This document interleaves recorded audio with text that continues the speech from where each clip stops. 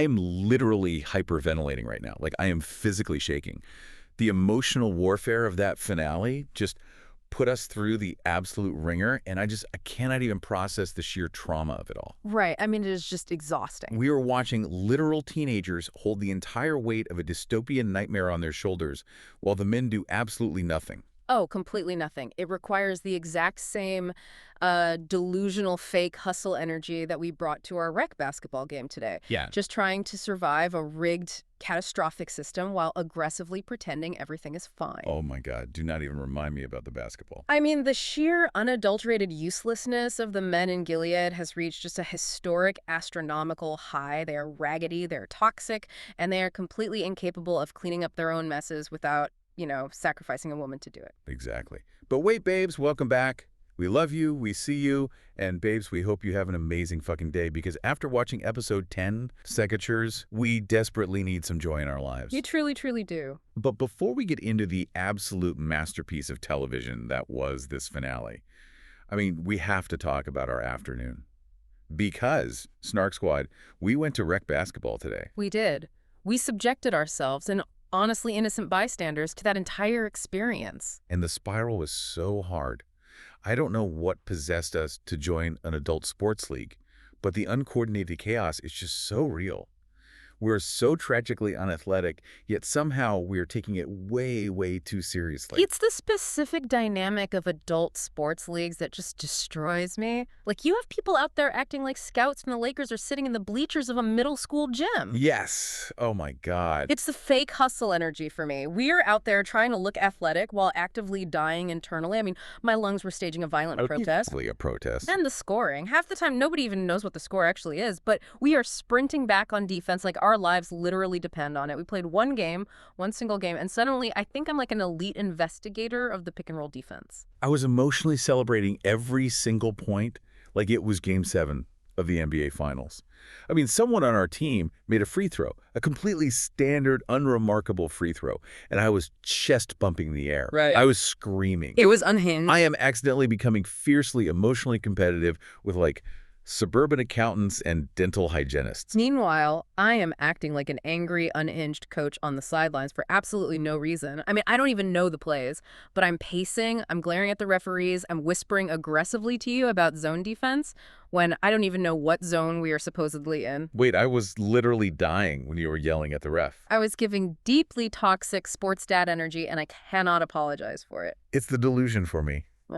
We missed so many shots. Ball would hit the backboard and bounce into the next zip code, and I'd be yelling, "Good luck, good luck." And Snark Squad, our custom jerseys haven't even arrived yet. A tragedy. But babes, when they do, basketball baddies, baby. Obviously. Because let's be entirely honest with everyone right now, we care way more about the cute uniforms and the outfit aesthetics than any actual athletic success. Like, I am already planning my entire warm-up look. I need tearaway pants immediately. I am literally pretending we are prepping for a Nike campaign right now. The moment those custom jerseys touch my skin, I am no longer a host with terrible cardio. I am a professional athlete. An athlete who currently needs an industrial-sized ice pack for a bruised ego. Exactly. And after an afternoon of missing layups, you already know the drinks are on deck tonight. And yes, Snark Squad, we are drinking strawberry and peach rosé sangria. Because the only thing that heals the emotional damage of a public athletic humiliation is just, fruits suspended in large quantities of alcohol. Fruit drinks heal. I feel so classy just because we added chopped fruit to the pitcher. Yeah. You look at it, your brain goes, oh, there are peaches in here. This is basically a fruit salad. This is wellness. It is absolutely not wellness. But sangria tricks you. It goes down so smooth, you think you're just hydrating. Yeah. You're pretending you're on a glamorous European vacation, sitting on a piazza, living your best life. Right, and then you stand up, Wow. and the sangria confidence hits you like a literal freight train. It is a very specific kind of irrational confidence where I suddenly feel like every single opinion I hold is an undisputed fact of the universe. I am already emotionally oversharing after one glass. Yeah. I looked at you 5 minutes before we started recording and almost burst into tears about a TikTok I saw 3 days ago about a senior dog. Like, my emotions are right at the surface. The sangria chaos is fully activated tonight, which honestly perfectly explains our dinner. Because tonight, Snark Squad, we decided to practice a little Italian. No, babes, we didn't take a class. We just went to an Italian restaurant and became deeply, deeply annoying. We had Absolute Italian restaurant main character energy. We ordered the cicchetti, which, for the record, was delicious. So good. But we were dramatically sharing small plates, romanticizing the entire dining culture, holding our wine glasses by the stem, nodding thoughtfully at the olive oil like we imported it ourselves. Feeling insufferably sophisticated because we pronounced the menu items correctly exactly one time. I rolled an R in a bruschetta order, and suddenly I thought I was a local Burn in Milan. I was gesturing with my hands. I was practically speaking in italics. But here's the joke. We tried ordering the second round in Italian, and the waiter, oh my God, he was not having it at all. He looked at me with such profound pity. The secondhand embarrassment of my own fake confidence. I said, "Grazie mille," with my whole chest. And he just deadpanned. "Do you want the check, miss?" The delusion crashed immediately. We were completely shattered. Humbled, swiftly and brutally. Okay, but before we dive into the trauma of Gilead, we also need to discuss some colleague drama happening in your dental office. And yes, Snark Squad, it potentially involves cheating. The workplace drama is spiraling completely out of control. So there is this hygienist and our front desk coordinator. Okay, wait, spill everything. The suspicious behavior is just off the charts. There's this random, thick office tension that you could literally cut with a periodontal scaler. Coworkers are acting weird. The break room goes dead silent when certain people walk in. The moment you told me, I was immediately and emotionally invested in people I do not even know. Like, I want names, I want text receipts, I want to know who is looking at who during the morning huddle. Oh, I am basically conducting a full uncommissioned FBI-level investigation right now. I am cross-referencing their lunch breaks. I am analyzing the microexpressions when they hand off patient files at the front desk. It is fascinating how fast workplace drama spreads in a clinical setting. You are unhinged. I am the lead detective on this cheating scandal, and I'm telling you, the evidence is mounting. And isn't it funny how toxic, cheating men in a dental office perfectly transition us into our topic for today? The pivot is literally flawless. Because if there is anything worse than the manipulative men at my office, it is the toxic, raggedy commanders in Gilead. Yeah. Exactly. So, okay, babes, enough spiraling because we need to get into this episode. We have to recap secateurs. And we are going to break down every single traumatic, messy, breathtaking moment because this finale was just a masterclass in tension. It really was. Let's start right at the morning after. The episode opens with Agnes waking up. I was instantly a wreck. The cinematography in this opening is stunning but suffocating. Agnes wakes up, the morning light is filtering in, and she's just staring blankly.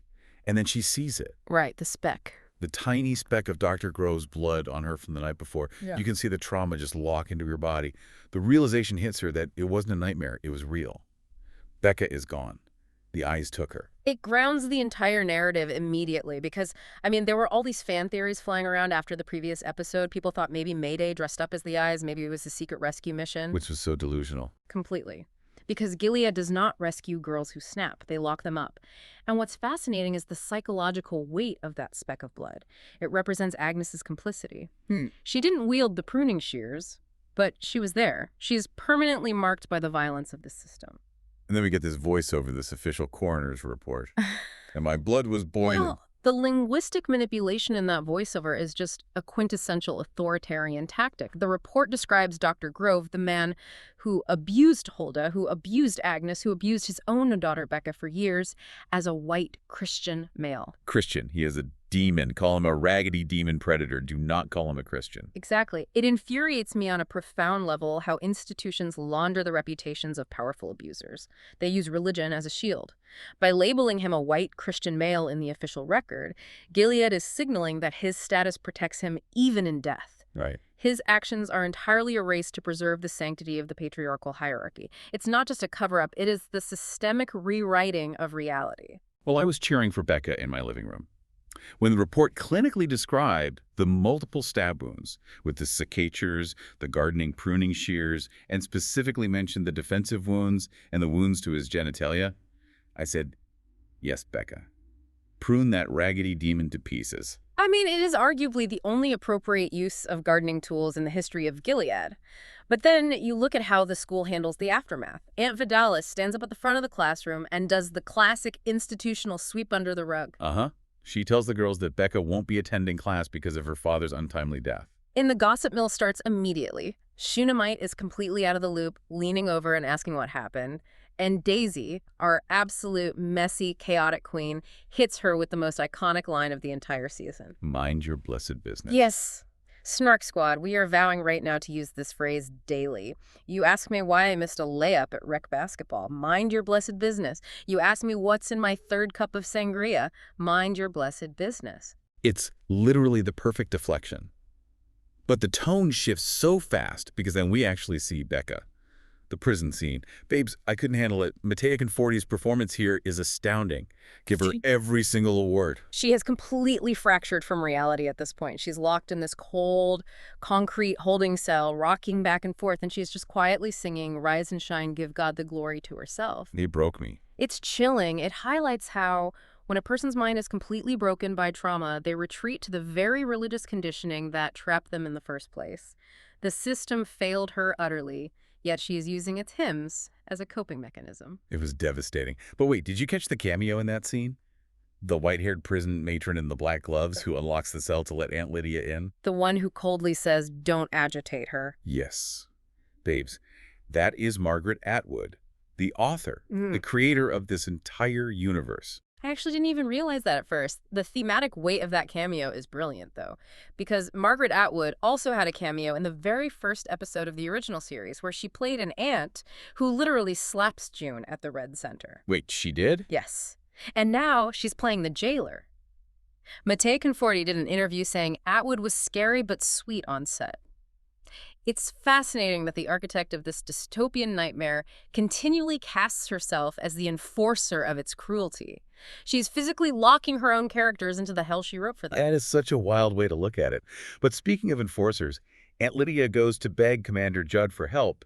And Judd, oh my God, he is the ultimate poster child for the useless, toxic men of this regime. Judd looks at Lydia completely unbothered and says, a man of Gilead was slain by a woman. He doesn't care about the years of Ventus. He doesn't care about Becca's soul.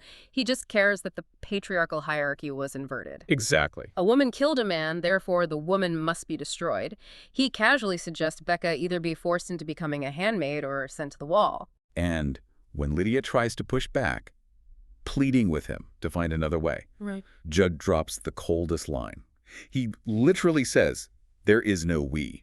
The linguistic trick of that moment is infuriating. Notice how men in power operate in this world. There is no we when it comes to protecting women, sharing resources, or taking accountability. Oh, never. But the absolute second Judd needs Lydia to clean up a political mess, cover up a scandal, or run his indoctrination schools for him, suddenly it's we. These men exclusively use collective pronouns when they need women to do their dirty work. You are so right. And I push back on Lydia a bit here because she looks so shocked. But like, what did she expect? She built this system with them.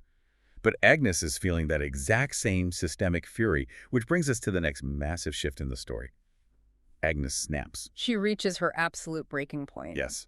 She sprints out of Amphidala's hypocritical prayer circle. She runs out into the garden to find Garth. She is yelling at him, sobbing, hitting his chest, and he just grabs her and holds her. And then Anastea comes marching out like the fun police, yelling, unhand her. And Garth, our guardian king, yells back, have some grace. I swooned. I literally stilled my sangria on the couch. I mean, it was an emotionally charged moment, I will grant you that, but my analytical brain simply cannot let the logistics go here. Oh, here we go. Where is Garth's handler? How is a low-level guardian getting away with screaming at ants and secretly meeting with commander's daughters in the garden? The security in Gilead is selectively terrible. Whenever the plot needs a romantic conversation, the armed guards mysteriously vanish. Okay, but let them have their moment. Because it fuels Agnes. She storms right back inside, marches directly into Vidala's office, and demands action. She looks Vidala dead in the eye and says, you are the instrument of God. She throws all of Vidala's impressive teachings right back in her face. It's a brilliant scene, because Agnes realizes that theology isn't a moral compass for the aunts, it's a legal contract. It's exactly like an angry employee confronting a toxic HR rep with the company handbook. Yes, that is exactly what it is. Agnes is essentially a prisoner using the warden's own rule book to pick the lock. She's saying, your doctrine says you protect the innocent, do your job, or admit this is all a lie. And it actually works. Yeah. Because it forces the ant team up we didn't know we needed. Lydia and Vidala finally bury the hatchet to handle the crisis. But not before Vidala gets her incredibly petty grievances out. Oh my gosh, she was so petty. She looks at Lydia and says, "You never liked me, everything came easy to you." I have to throw some serious shade at Vidala here. She has been holding on to this middle school level grudge for years, all because Lydia almost shot her in a stadium during a literal terrorist attack. Get over it, Vidala. Right. You are running a totalitarian death cult. Stop whining about not being the popular girl in the cafeteria. Read the room. But they do team up, and they go to the prison. And this leads to the mother of all sacrifices. Lydia and Vidala sit down with Becca and her mother, Mrs. Grove, and they convince Mrs. Grove to take the fall for the murder. It is the darkest, most devastating pragmatism. I was crying so hard. Mrs. Grove looks at Becca, her completely broken daughter, and confesses to a murder she didn't commit. She says it's what should have happened, meaning she should have protected her daughter from her husband years ago, and since she failed in life, she will protect her in death. We have to unpack the dark logic of Gilead here because it is crucial to understanding how authoritarian systems function. Why does Mrs. Grove agree to this? Because the system intentionally strips away all alternatives. Right. Her husband, her only source of societal value, is dead. Her daughter is facing the wall or the red center. In Gilead, a widow with a disgraced, murdered husband has absolutely no future. She would be sent to the colonies to dig radioactive dirt until her skin fell off. Exactly. They left her with nothing. Right. Authoritarian regimes crush you until self-destruction looks like a victory. Mrs. Grove sacrificed herself because Gilead left her no other choice. Taking the blame for the murder was her final, desperate act of maternal agency.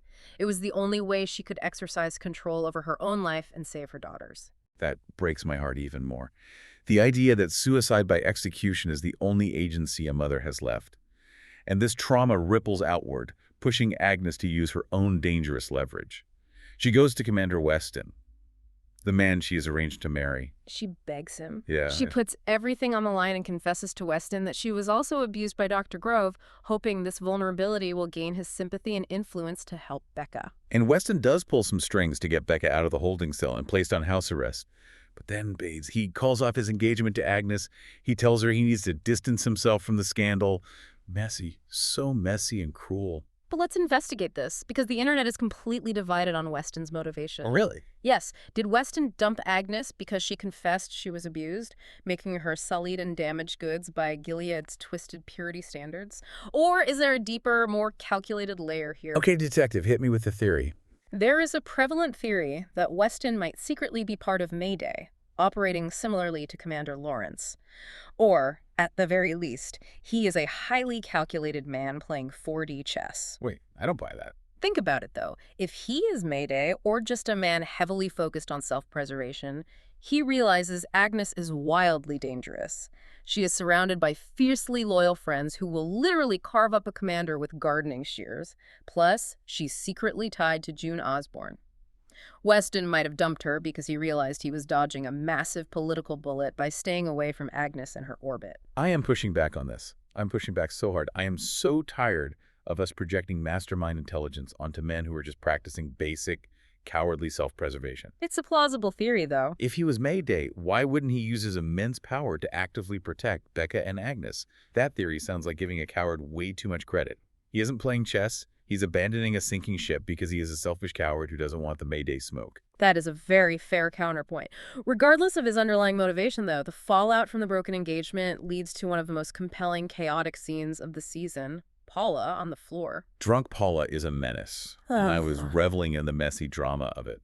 Paula is scrubbing the bathroom floor, completely wasted on whatever contraband wine she found, and she is furious at Agnes for ruining the engagement and embarrassing the family name. And in her drunken rage, she drops a massive, horrifying reveal. She tells Agnes that years ago, after the handmaid attack, Gilead wanted to punish June, and how are they going to do it? By chopping Agnes up, piece by piece. A toe, a finger, an earlobe. And they were going to mail those pieces to June in Canada. But Commander Mackenzie stepped in and stopped it. It is absolute barbarism, but it also profoundly exposes Paula's true nature. Oh, totally. Paula has massive, my husband left me for a younger woman, so I project my deep-seated insecurities onto teenage girls. Energy. She hates Agnes because Agnes reminds her of everything she can't control. Exactly. Paula is the ultimate beneficiary of the patriarchy. She lives in a nice house, has Martha's servants, wears the blue dresses, but she is also its prisoner. She has no real power. And so she takes her localized rage out on the only person below her in the hierarchy, Agnes. Yeah. It is textbook toxic behavior where oppressed women enforce the oppression onto the next generation. Which pushes Agnes entirely over the edge. She has lost her engagement, her mother figure hates her, her best friend is doomed. Which brings us to the most depressing wedding in television history. Agnes forces Garth's hand. She sneaks out into the dead of night, runs to the Guardian barracks, and demands that Garth marry Becca to save her reputation and keep her off the wall. Agnes is literally giving up the boy she loves to save her best friend's life. And right before the wedding, we get the kiss. I absolutely lost my mind. I was screaming at the television. Agnes and Becca share this beautiful, desperate kiss in the bedroom before Becca walks down the aisle. Yeah. Where do you stand on this? Because I think it was pure romance. I think Agnes finally let her true, suppressed feelings for Becca show. It is a massive debate among the fandom. Chase Infiniti, who plays Agnes, talked in an interview about playing the micro-expressions in that scene. From a clinical, analytical perspective, I don't know if it was pure romance. What do you mean? I think it's possible Agnes was giving Becca a trauma bond fantasy. She knew Becca was walking into a nightmare, marrying a man while still traumatized by her father. Agnes gave Becca the one thing she truly wanted, just to give her the physical strength to stand up and walk down the stairs. I hate how much sense that makes, but it makes it even more tragic. Either way, the cinematography that follows required me to pour a whole new pitcher of sangria. The juxtaposition of the wedding and the execution. It was visually stunning and soul-crushing. We see Mrs. Grow hanging by the neck at the courthouse, cut against Becca walking down the aisle in a white wedding dress. Becca is completely heavily sedated by Antizé. She's barely conscious. Right, she's completely out of it. She is literally crying tears for her dead mother while being handed over to marry a man she doesn't love, to save her from the society that murdered her mother. It was devastating. And then the aftermath. Garth is officially promoted and made a commander because he is marrying a commander's daughter. He carries a sedated Becca into the bedroom, lays her down, and then he walks out and locks the door from the outside. I was yelling at the TV. I have to throw so much shade at Garth for this. I know Becca just pruned her dad to pieces with gardening tools, and maybe he is scared, but locking her in, that is messy, Garth. So messy. You are supposed to be the safe space. You are supposed to be the allied guardian, and your first act as a commander is to lock the door on a traumatized girl. He probably thought he was protecting her from wandering out or protecting himself. But the optics are terrible. It's giving immediate captor energy. The second a man in Gilead gets power, he uses a lock and key. It truly is. It proves that the system corrupts everyone who participates in it. But while all this domestic, suffocating horror is happening, the wider rebellion is finally brewing. Daisy goes completely rogue. Daisy threatens to quit Mayday entirely if they don't intervene and help Becca.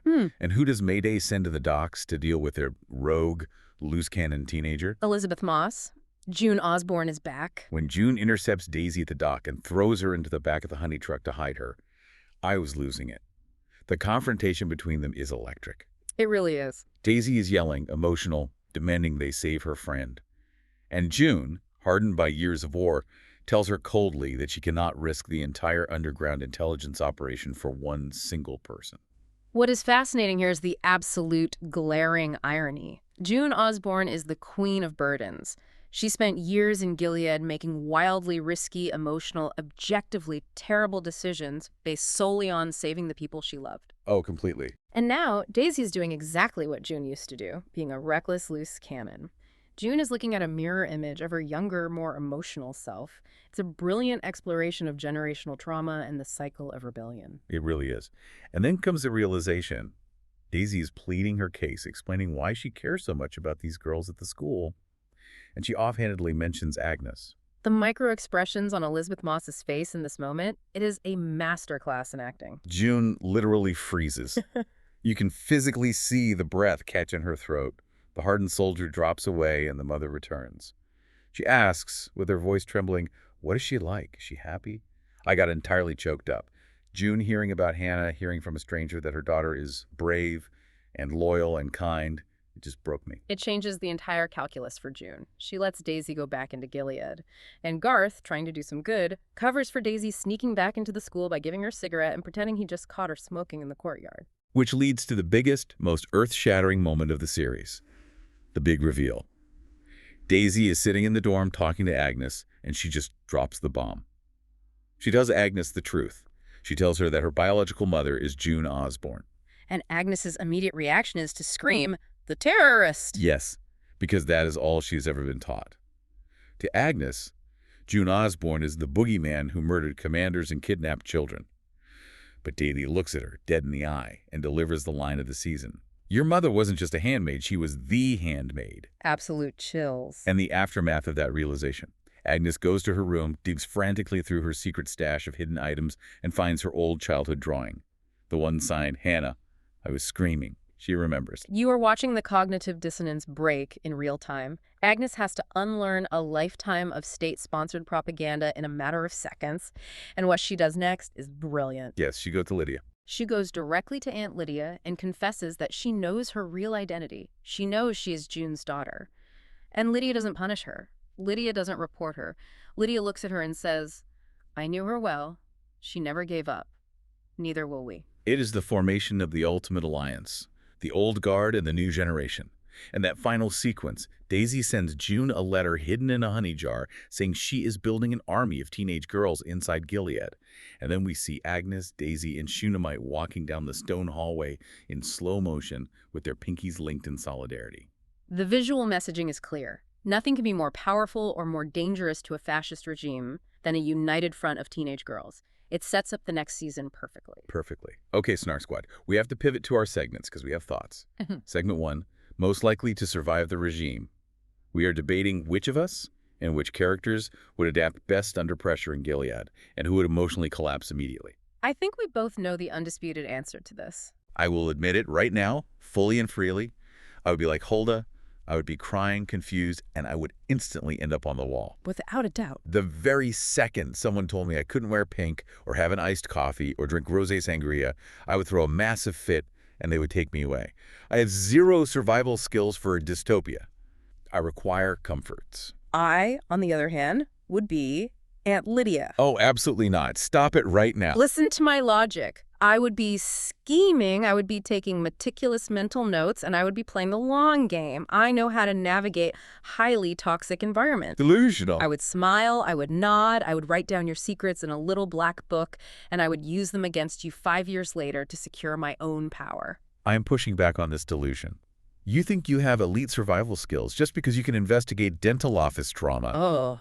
Discovering that the dental hygienist is secretly texting the periodontist does not prepare you for facing down Commander Judd. You would roll your eyes at a commander's bad breath and be sent to the radioactive colonies on day 2. I have incredible self-control when the stakes require it. You aggressively yelled at a teenage referee at a rec basketball game today. Well, I mean, that was entirely different. That was an objectively bad call on a travel, and someone needed to hold him accountable. Exactly my point. Okay, moving on to segment 2. Biggest secret villain energy. Who seems suspicious, manipulative, or secretly dangerous in this show. I'm keeping Commander Weston on the board. Really? Even after he pulled the strings to let Becca go back to the school on house arrest. Yes. Because we still don't know his true nature. Is he a good guy in Mayday, or is he just a calculated abuser who knows exactly how to manipulate the optics of the system? He plays the nice guy perfectly, but calling off the engagement the absolute second things got messy shows he only fundamentally cares about his own proximity to power. He is dangerous because he is quiet. That is a fair point, actually. For my pick, I am nominating Aunt Vidala. I know she ultimately teamed up with Lydia to save Becca, but is that truce real?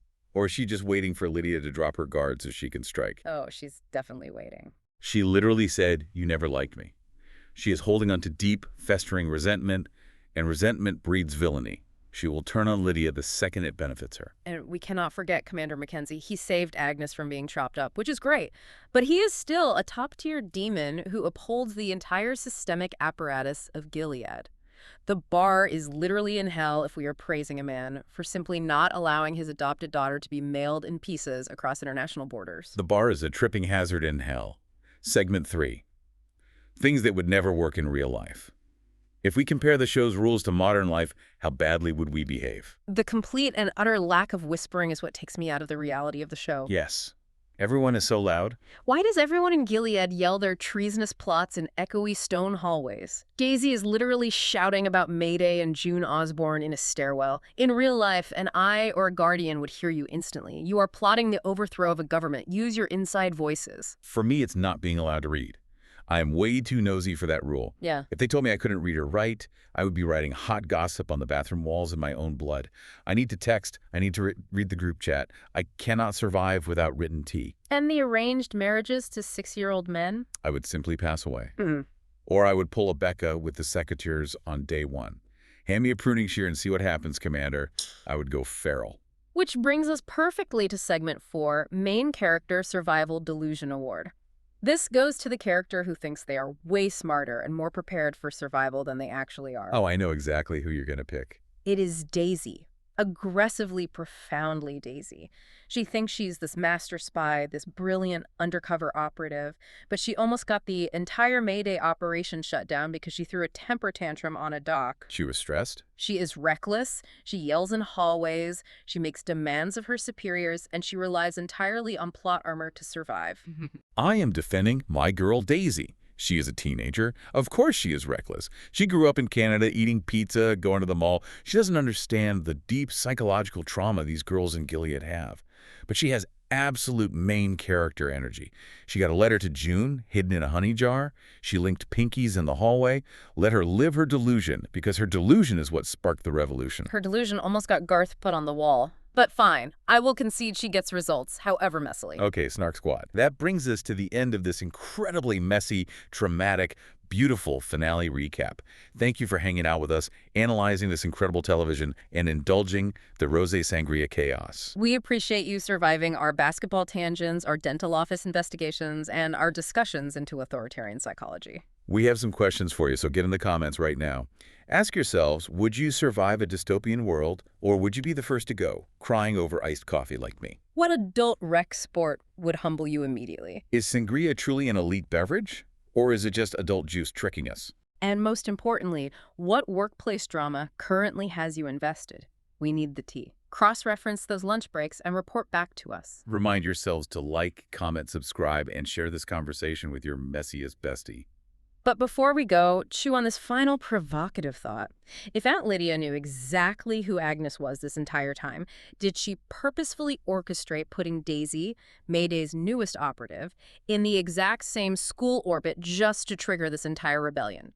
Was Aunt Lydia playing 4D chess all along, using these teenage girls as her ultimate weapon against the commanders? Oh my God, my mind is completely blown. She totally orchestrated it. Until next season, stay messy, stay delusional. And we will see you on the Snark side.